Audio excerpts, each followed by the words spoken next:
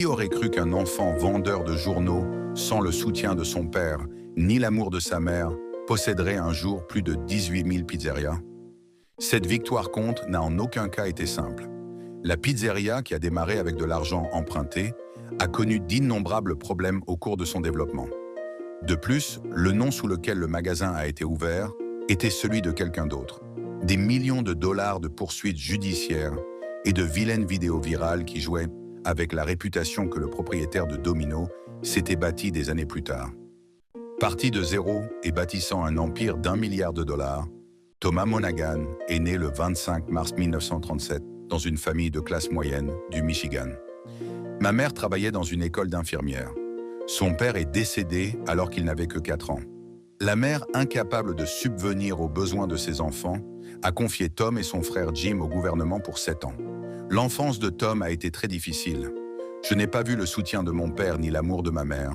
J'ai seulement vu la rigueur du placement familial et de l'internat du gouvernement. Je n'ai pas pu réussir mes études secondaires.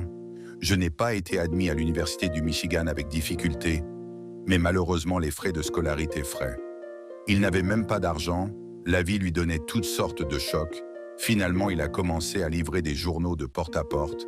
À partir de là, il a commencé à apprendre les bases du commerce et n'a jamais laissé passer aucune opportunité d'économiser de l'argent. On pensait que ces petites économies étaient aussi une fraude.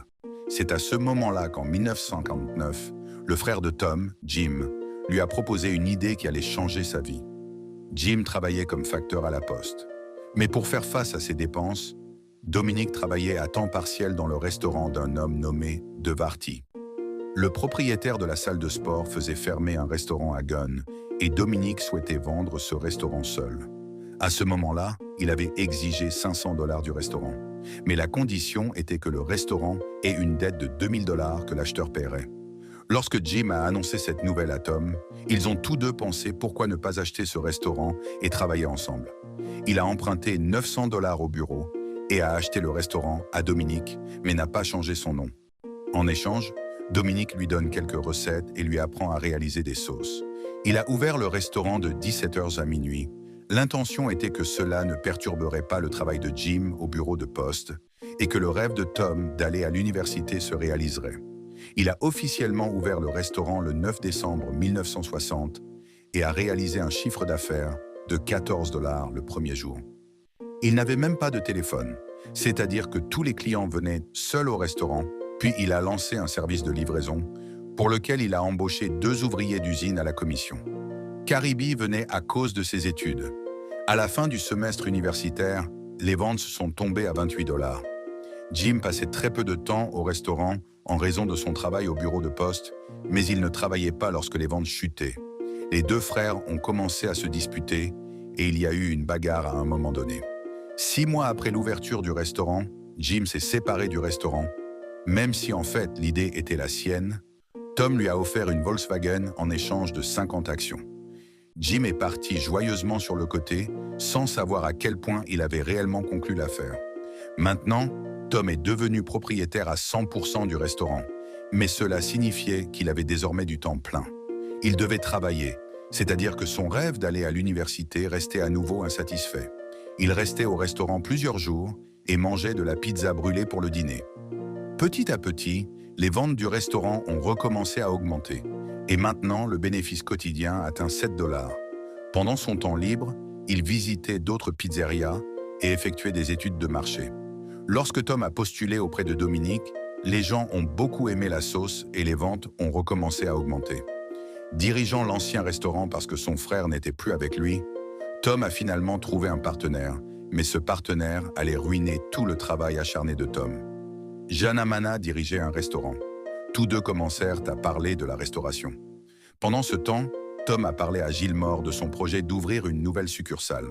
Maintenant, comme Gilmore avait également l'expérience de diriger un restaurant, l'accord entre les deux était fixé dans l'accord. Découvrez que Gilmore obtiendra un pourcentage de part de l'entreprise pour 500 $ et que le premier restaurant de Dominique fera de même. Mais Gilmore a dit que je n'avais pas 500 $ pour le moment. Je le donnerai plus tard, mais parce que Tom en avait cruellement besoin. D'associé, il nous a renseignés. L'associé de Dominique était devenu Gilmore à 50 ans, cela aussi sans verser aucun acompte. Et il n'a pas donné cet argent à Tom, même plus tard. Tom a ouvert sa deuxième succursale et a remis la première succursale à Gilmore. À 50 ans, les ventes et la qualité des pizzas de la première succursale ont commencé à décliner et Tom soupçonnait Gilmore d'avoir secrètement volé de l'argent dans le tiroir-caisse. Jim Gilmore dirigeait 2 restaurants dans la ville, mais il avait une habitude qui l'avait amené à devenir banker 2 fois. Tom pensait qu'il aurait pu s'améliorer, mais ce n'était pas le cas. De plus, Gilmore avait astucieusement ajouté quelques conditions à l'accord qu'il avait passé avec Tom, par lequel il n'était qu'1% des partenaires des bénéfices, tandis qu'en cas de perte, toute la perte serait couverte par Tom. Comme Gilmore profitait illégalement de Tom, Tom lui a parlé à plusieurs reprises pour mettre fin à l'accord. Mais en raison de problèmes juridiques, il n'a pas pu se débarrasser de Gilhoum. Finalement, l'affaire a été portée devant les tribunaux, puis le partenariat entre Tom et Gilhoum a pris fin. De toute évidence, Tom devait payer pour toutes les pertes, mais cela ne signifiait pas que tous les problèmes de Tom étaient terminés. Voyant que Tom dirigeait 2 restaurants sous son nom et réalisait de bonnes ventes, il commença à ressentir de la jalousie professionnelle. Enfin, Dominique dirigeait également un restaurant dans la ville, sous son propre nom, et à cause de cela, les clients étaient également très confus. J'ai appelé Tom et je l'ai supplié d'arrêter d'utiliser son nom. Cette nouvelle a été un choc pour Tom car il avait mis son sang et sa sueur pour promouvoir ce nom. Changer soudainement le nom signifiait que tout le travail acharné de Tom était vain. Quelqu'un a conseillé à Tom d'avoir un nom similaire à Dominique, car à cette époque, les gens cherchèrent des numéros dans l'annuaire téléphonique, et lorsqu'il y avait un nom similaire, alors le nom du restaurant de Tom apparaissait également sur la page de Dominique. Pendant des jours, Tom et son équipe ont pensé à un nom similaire à Dominique, mais aucun d'entre eux n'y est parvenu.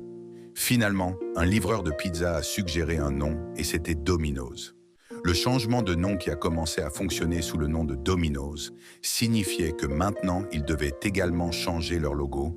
Ils ont donc simplement commencé à utiliser les tuiles du jeu Domino en tant que personne et comme ils avaient 3 magasins à cette époque, ils ont utilisé les tuiles. Dans les tuiles.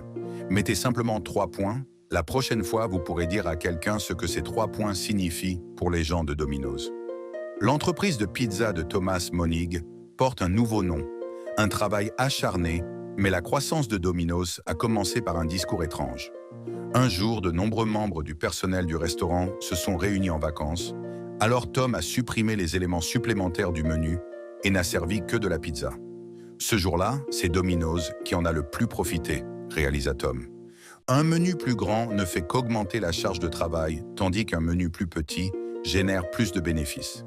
À partir de ce jour, les éléments supplémentaires ont été supprimés du menu de Noz et l'accent a été mis uniquement sur la pizza, même si les pizzas n'avaient que 2 tailles. En plus des tailles de 8 et 12 pouces, Tom a remarqué que fournir aux clients un espace de restauration nécessitait du personnel supplémentaire, ce qui augmentait le travail et réduisait les bénéfices. De plus, le service a été amélioré grâce à l'utilisation de pochettes de livraison. Rappelons que les sachets de livraison dans lesquels les pizzas sont conservées au chaud ont été introduits pour la première fois par Domino's. Le concours a gagné dans la mesure où la majeure partie de la superficie des succursales de Pizza Hut était utilisée pour fournir des installations de restauration, tandis que les prix de Domino étaient les mêmes et leurs marges bénéficiaires étaient élevées car ils n'avaient pas à dépenser pour des installations de restauration. Tom est maintenant dans cette entreprise. 7 ans s'étaient écoulés et Noz grandissait plus vite que les autres. En 1967, il pense à la franchise. Au lieu de dépenser de l'argent dans les médias grand public, les annonces ont été placées uniquement dans les journaux universitaires, moins chers et plus efficaces. Au cours des 2 années suivantes, 32 franchises Domino's ont été ouvertes. Au début, il y avait des problèmes de qualité, mais ils ont ensuite été résolus. À la fin de 1969, un total de 42 magasins étaient ouverts dans le Michigan, le Vermont et l'Ohio, et en 1968, plus de 200 points de vente Domino's avaient été ouverts aux États-Unis. Dans les années 1980, tout le monde était fou du service de livraison Domino's. Voyant cela, Pizza Hut et d'autres concurrents ont également commencé à se concentrer sur la livraison, c'est-à-dire que Pizza Hut voulait concurrencer directement Domino's. En 1984, Domino's a commencé à commercialiser le fait que si la pizza n'était pas livrée dans les 30 minutes, elle ne serait pas facturée. Cette décision a fait monter en flèche les ventes de Domino's. Cette offre a été bénéfique à tous égards. Soit ils recevront la pizza plus tôt, soit ils l'obtiendront gratuitement. Cette campagne a aidé Domino's à se développer davantage. Tom était devenu la chaîne de restaurants à la croissance la plus rapide au monde. Mais Tom ne savait pas que cette décision allait toucher le coût de Domino's. L'incident a été rapporté dans les journaux et il a été écrit que le jeune de 17 ans était mort alors qu'il se précipitait pour livrer une pizza. Cette nouvelle a également été soulignée dans les magazines nationaux. Un rapport a été publié dans lequel on apprend que 20 accidents mortels se sont produits en raison de la livraison rapide des Domino's en un an. L'épouse est décédée sur le coup à cause de cet accident. Domino's a dû payer 32 millions de dollars d'amende. En 1993, il y a eu un autre cas où le conducteur d'un Domino's a brûlé un feu rouge et la jeune fille qui se trouvait dans la voiture suivante a été tuée. La colonne vertébrale était cassée. Cette fois, le tribunal a infligé une amende de 78 millions de dollars à Domino's. En raison de toutes ces condamnations, le service de livraison de Domino's a été très critiqué. À ce stade, Tom a annoncé la fin de la campagne de livraison de 30 minutes. Le gérant a vendu Domino's pour 1,1 milliard de dollars, mais les controverses n'ont pas pris fin. Au total, 5 vidéos de ce type de pâte à pizza, avec les mêmes mains en mettant un doigt dans le nez, ont été recherchées par Curse de YouTube, ce qui n'a pas été une tâche si difficile, car son visage était visible dans la vidéo. Il a dit qu'en fait, il faisait une vidéo de farce alors qu'aucune pizza n'était envoyée à aucun client. À cause de cette petite farce des ouvriers, Domino's a dû beaucoup souffrir. Mais aujourd'hui, Noz compte 18 848 succursales dans le monde, soit 145 succursales de plus que Pizza Hut. Il n'y en a que 13 500 et Pizza Hut réalise 350 000 revenus, générant environ 4 fois plus de ventes que Noz Pizza Hut.